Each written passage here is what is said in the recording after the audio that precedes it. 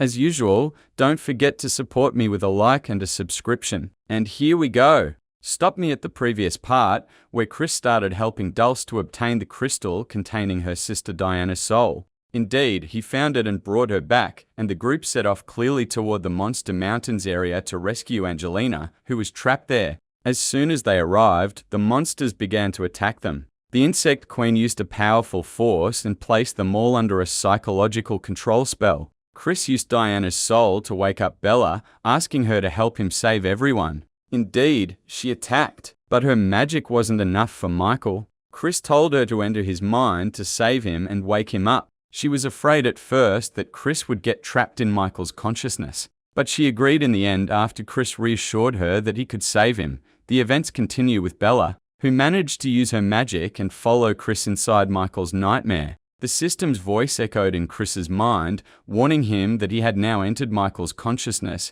that his entry was unauthorized, and that it was highly hostile toward him. The system couldn't determine his data in this world, meaning his entire life depended on his intelligence here. Chris arrived inside Michael's nightmare, looked around, and thought to himself that despite the system's warning, this place looked like an incomplete game. He felt it was filled with the original trauma. This was the village where Michael grew up as a child. He remembered Michael's past in the story. Where they were standing now was where the Demon King killed his mother, and no one came to save him. The Demon King unleashed his control and burned the entire village, a disaster that started from his house. Chris inspected the area around him, recognizing a tree from the novel's memories. Chris approached Michael's house, opened the door, and looked inside. Michael was sitting on the ground crying, holding his mother's corpse in his hands, trying to wake her up, unable to believe she was dead. Standing before him was the Demon King. Michael was screaming, begging for help from anyone. Chris entered, thinking that the situation looked really bad.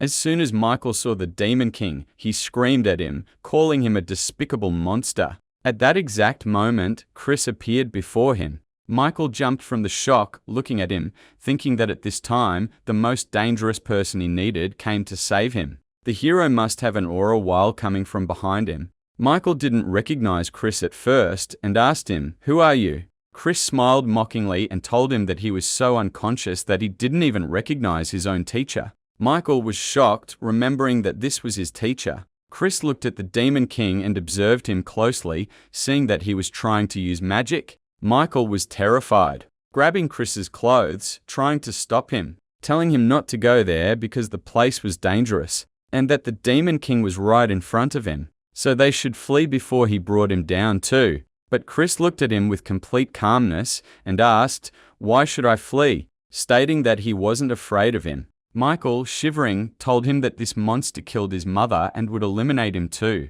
Chris gave a slight smile and said, "Aren't you the ones who asked for my help?" He told him to calm down and leave it to him. He faced the Demon King, thinking that this world is governed by Michael's subconscious mind, meaning, since Michael always saw him as the strongest, then he truly is the strongest here. The Demon King was furious and launched a powerful punch directly at Chris. Chris extended his hand to block it, and a violent explosion resulted from the impact, causing Michael to close his eyes. When Michael heard a voice saying, "Didn't I tell you to watch closely?" he opened his eyes and was shocked. Chris was standing there, stopping the massive attack of the Demon King with just one finger. Michael was astounded that he blocked an attack with a single finger, the same attack that killed his mother and destroyed the village. It felt as though Chris was breaking the rules of this world, which was why Michael had always wished Chris was there to save them. Chris told him, "You didn't want to wake up because you were afraid of a failure like this, but do you think you have time to waste on fear?" The Demon King began to increase the pressure, but Chris was still blocking it with absolute ease. He looked at Michael and said, "I don't know what this is or what your story is. And honestly, I don't care. But there is one thing I do know." Chris firmly grabbed the Demon King's fist, twisted it, and slammed him heavily to the ground. The monster collapsed. Michael looked in awe, unable to believe it. Chris told him that this wasn't his place, asking him to wake up, adding that he was insulting his own skills this way. Michael looked at the vanishing Demon King, realizing his teacher was right, that he had grown past that moment, and there was no time to waste on his childhood memories. He knew he had to master his skills under teacher Chris. Michael spoke again saying, "In the end, you need someone like me," viewing himself as weak. Chris listened and thought to himself that Michael didn't even know his own psychological evaluation, wondering if it was worth putting all this effort into him when his resources weren't even properly adjusted yet. Michael continued his words, saying, "You came after me this time because you are a kind person," but Chris cut him off, saying, "A kind person? That's very hilarious," and instantly slapped him across the face, adding, "You are one of my students." These words touched Michael's heart, and he thought to himself, "It's true. As long as I am his student, he will guide me, and that is more than enough for me." Chris moved, and they returned to Bella's dream. Bella was trying to wake up Chris and Michael, asking if they were okay. Chris woke up first, opening his eyes, and Michael woke up a moment later. Chris looked at him and said, "What are you doing, Michael? Now that you've woken up, it's time for training." As soon as Michael heard this, his determination ignited, and he replied, "Yes, sir." Now, all the students were fighting together against this giant mosquito. Angelina and Dulce launched an attack, but the mosquito retaliated powerfully, sending them both flying. Dulce got annoyed and began to exert herself, realizing she was wasting her mana for nothing. But if she could endure a bit longer, they could save Angelina. At that moment, she saw someone approaching. It was Michael. He apologized to his teammates for the delay, unleashed his fire magic, and thought to himself that he wouldn't let his past shackle him with horror again. He used his fire magic on the mosquito,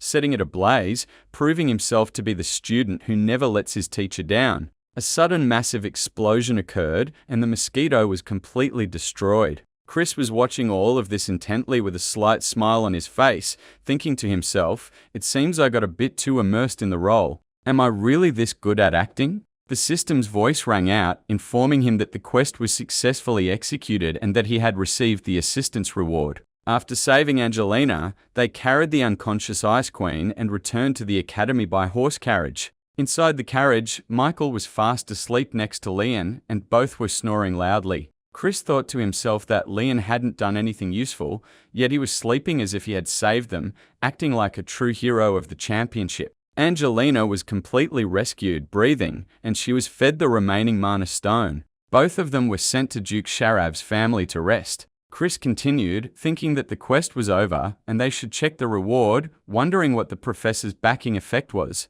Suddenly, a piece of paper fell from the reward emblem. Chris grabbed it and found it filled with strange drawings, unable to understand any of these symbols. He wondered why the system would give him such a bizarre reward and what he was supposed to do with it, given the time constraint. Then, he noticed small text written on the back, telling him that these were instructions. Chris was surprised upon reading it, realizing that this ability was far more useful than he had ever imagined. He wondered how he could use it now. Before he could finish his thoughts, the carriage shook violently. A powerful wind struck the area, causing Chris and Michael to wake up startled, not understanding what had happened. Chris looked up and instantly recognized the sound of a monster. Michael shouted in anger. We cut to the others. Ryan asked Chris if they were okay, and Leon replied that he was fine, adding, "It seems these dark monsters are my final obstacle here. They are obviously jealous of my power and afraid of me." Michael looked at him, calling him an idiot. Chris coldly thought that he wanted to throw Leon out to the monsters outside to be rid of him once and for all, but he forced himself to stay calm as their teacher. Michael turned to him and asked, "What do we do now? Do we flee or fight?" Chris saw the enthusiasm gleaming in his eyes and knew that Michael always listened to him. But after the last boss fight, Michael's trust in him had reached a completely different level. Chris thought to himself that Michael shouldn't be this reckless. He told them to calm down, stating that he had a feeling and knew exactly who was attacking them. They asked him what he meant, and Chris ordered both of them to close their eyes and not open them until he told them to exit. As soon as Chris commanded them, Michael and Leon closed their eyes in complete obedience. Chris thought to himself that his teacher's backing effect had been activated. Chris smiled and said that the condition of use is that when his students listen to him and he praises them, his ability activates. Of course, the timing wasn't ideal for praise or hypocrisy, but he had no other choice. He told them, "Bravo to you," as they waited for the opponent to finish, so the monsters would leave on their own. He was truly amused by their compliance, but the system refused to grant him the ability as long as his praise wasn't personal and genuine. Chris got annoyed with the system, asking it if it was done, mocking him. As its sarcasm was getting ridiculous, suddenly, A cold voice from outside spoke to Chris, saying, "This trick won't work as long as there is no visual contact between us. I don't know how you managed to keep your place at the academy with such pathetic abilities. We see a person landing on top of the carriage, riding a massive monster with her eyes completely covered in bandages." This was the exact same girl who had attacked Chris before. She smiled, and Chris looked at her, saying, "It's been a while since we last saw each other." "You're hurting my feelings," Chris observed her, thinking that such monsters shouldn't be inside the dungeon, realizing that the Demon King must have been watching them. He coldly asked her about the second carriage containing his students.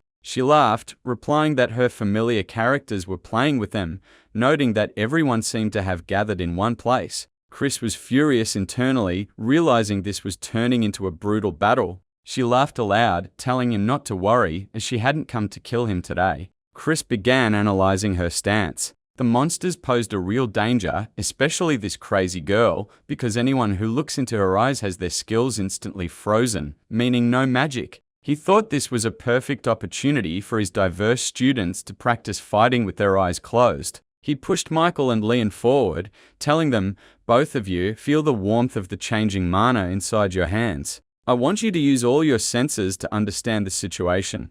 Leon was surprised by his words. Wondering what he should do, before Chris could finish talking, the girl raised her hand and stopped them, apologizing but stating that this was merely a test for the young master, and if Chris intervened, it would be considered cheating. Suddenly, she utilized electronic magic, releasing powerful constraints that completely pinned Chris in his place. Michael was terrified and asked, "What have you done to our teacher?" She laughed and said she came to test him under their king's orders, so he had to endure this game. By the way, she advised him that no one should try to break these chains because the stronger you are, the tighter they bind. Chris was unnaturally strong. Michael shouted, calling them cowards, and told Chris not to worry about them and to look after himself. Leon laughed, asking Chris to watch and see what he would do against her. Chris, completely bound, laughed bitterly to himself, thinking that this was actually great as he didn't realize these chains felt like jelly against his body,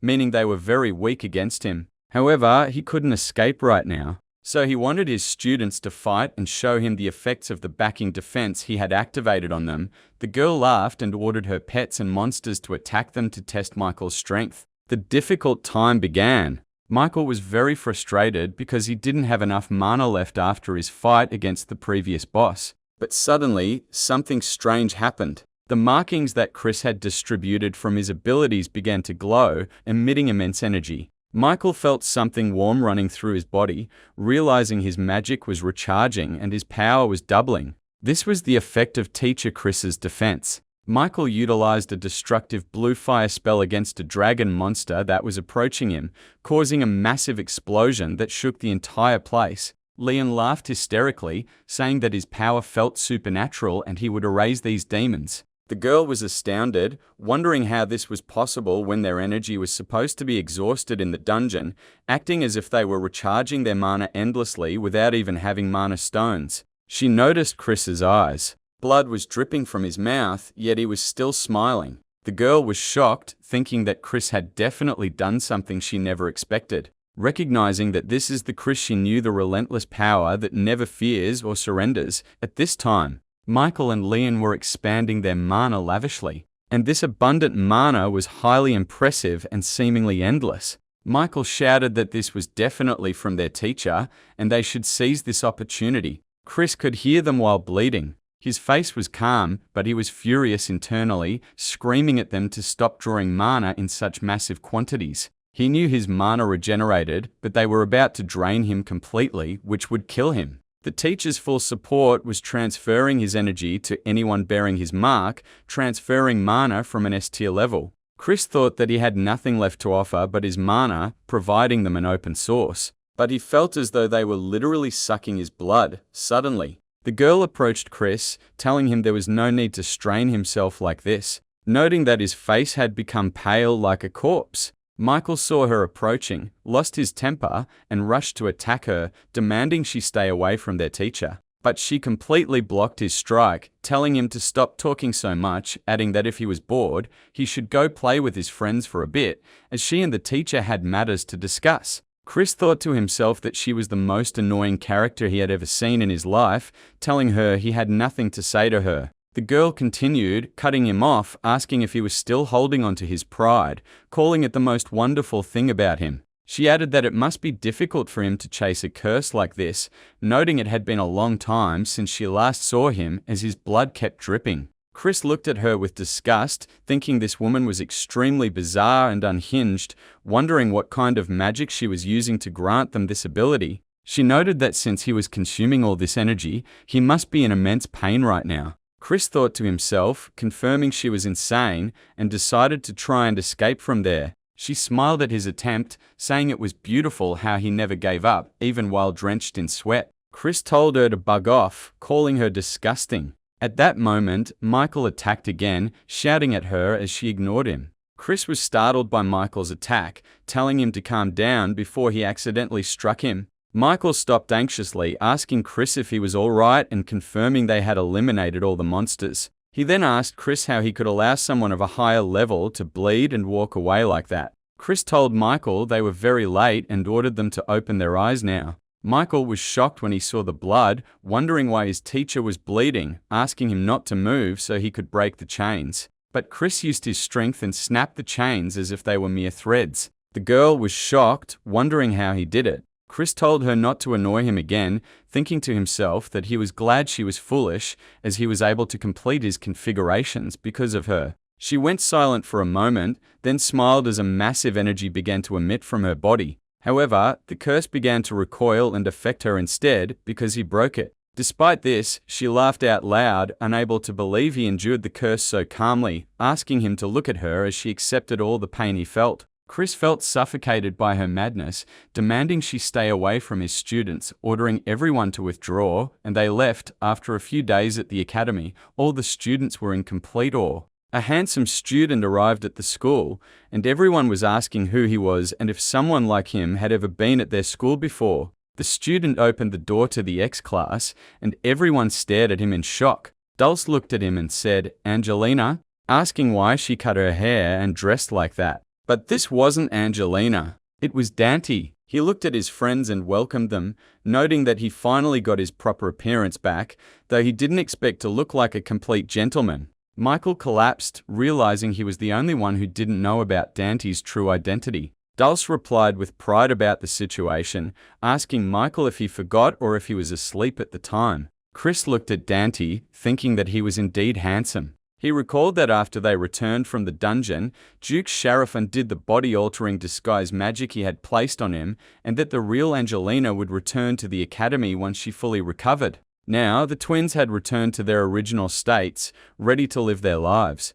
Dulce asked what they should do about the commotion outside. Dante was furious, explaining that it was all because Angelina kept telling people they were relatives, resulting in a large crowd of girls gathering at the classroom just to see him. Dante held his head, apologizing to his classmates, saying he would speak with the girls later so they wouldn't bother the class. Suddenly, the classroom door burst open, and a large group of girls rushed in, screaming Dante's name and asking if he remembered them. Dante was terrified, trying to calm them down. Chris didn't react, silently watching them, thinking he should slip away quietly because they were highly annoying. Chris walked comfortably to his favorite spot on a tree branch to rest, completely away from this noise. Sitting on the tree, Chris thought to himself that the academy girls were truly terrifying. He could still hear their voices, meaning Dante was likely running from them right now. Indeed, a moment later, Dante arrived, panting heavily after escaping them, saying, "They won't follow me here finally." Chris was annoyed, thinking that this was his secret spot. Realizing Dante came here because he knew the students were afraid of Chris and wouldn't approach this area. Dante looked around, noting how quiet the place was, adding that he always found peace in Chris's presence, and that all this commotion would end once people realized there was no hope. He noted that once they found out he was an illegitimate son, they would leave him alone. But Chris corrected him, saying no, because he carries the family name and is the son of a duke, so they wouldn't leave him alone. Dante sighed, saying, "Unfortunately, my father doesn't care about me. I clearly realized that you rescued my sister, and I am grateful for what you did. Though I don't know how to repay you." Chris noticed something and asked Dante why he didn't use concealment magic while they were pursuing him. Dante was surprised and said no. Chris figured that Dante didn't want to hide himself anymore. Then he told him it didn't matter, advising him to live his life as Dante just as he wished, noting that Dante had always viewed himself above everyone else anyway. Dante smiled, asking if he could visit this spot more than once. Chris replied that he was already starting to annoy him. Ordering him to leave because he was being troublesome, Chris continued his regular days. And things were finally peaceful for him until events turned upside down. All the screens shifted, showing Chris saying, "I thought that if I were to use the sword, it would be against a formidable opponent, not a human." We see Chris chasing a person, and this person is someone he knows. Cutting back a bit, we see that the matter began on an ordinary day. Chris had forgotten his book in the classroom and went back to retrieve it, terrified that someone might see him reading children's books. He entered the classroom and found it filled with numerous letters cluttering the space. Due to their sheer volume, they burst all over the floor. As he was gathering them, a black dust emerged from the letters and entered Chris's nose, causing him to sneeze. He wondered about this dust, questioning if there was an infiltration at the academy. The next day, Chris went to the classroom, thinking it would be just another ordinary day, but opening the door brought him a complete shock. Standing right in front of him was an exact identical copy of himself. Michael and Danny were shocked, wondering what was happening and which one was their teacher. Chris looked at the second copy, wondering if this was an identical version of Chris. He checked the map and found a red dot over him without a name, just like what happened with the lizard monster before. He understood that this was a monster that took his form. The fake Chris spoke with absolute arrogance, telling everyone to look at this monster and try to stop it. Chris was infuriated that the fake was stealing his line. All the students began to doubt. Nika asked if this was a monster and how a monster could even reach this place. Dulce didn't understand, noting that the fake looked exactly like Chris, wondering who the real teacher was. Chris watched them, thinking these idiots were actually believing the monster over him, realizing he needed to intervene. Chris called out to his students, telling them, "No matter how foolish you are, I thought you would be able to tell the difference between a monster and a human. It seems my expectations were too high." Then he continued, telling them that this is their final exam for the term and they must correctly choose the real Chris. Whoever chooses incorrectly won't return to the academy next term. Meanwhile, a system quest popped up, warning him that if he couldn't get rid of his clone, he would die at the end of the quest, and the clone would take his place permanently. Chris ordered the students to close the doors quickly so this scandal wouldn't leak outside, thinking he could have used a spell to reveal the truth instantly. But they had to complete this quest. Suddenly, a terrifying dark energy erupted from Michael. He shouted, asking how a monster dared to do this to their teacher, vowing to kill it. Teacher Chris was terrified by Michael's appearance, thinking to himself, "I hope he means the monster in front of him and not me. And surely he won't attack me." After a debate in the classroom, a division occurred among the students. Nika noted that the first Chris was the one present initially, while the second group claimed that the Chris who entered afterward was the real one. Michael shouted, saying it was glaringly obvious that the Chris who arrived later was the real one and the other was the monster, asking how they could ever think their teacher could be this monster. Dante looked at both of them, noting that the first one looked flustered, while the second seemed completely indifferent, concluding that the indifferent one is their teacher. Dulce suggested a clever idea, saying that instead of fighting, they should ask questions that only the real teacher would know, testing some information about him. Nika asked the clone, "What do you think of us as students?" The clone thought and replied, "There is every reason for me to dislike you," referring to them as a burden. Chris was shocked internally, thinking that the clone was imitating him perfectly. He remembered that inhaling the dust from the mimic parasite or monsters allows them to steal mana and grow, taking the form of the victim without killing them. Remaining integrated forever, Michael turned to Chris and asked, "Teacher, what is your answer?" Chris replied, "This question doesn't require the real one to answer." Michael rejoiced,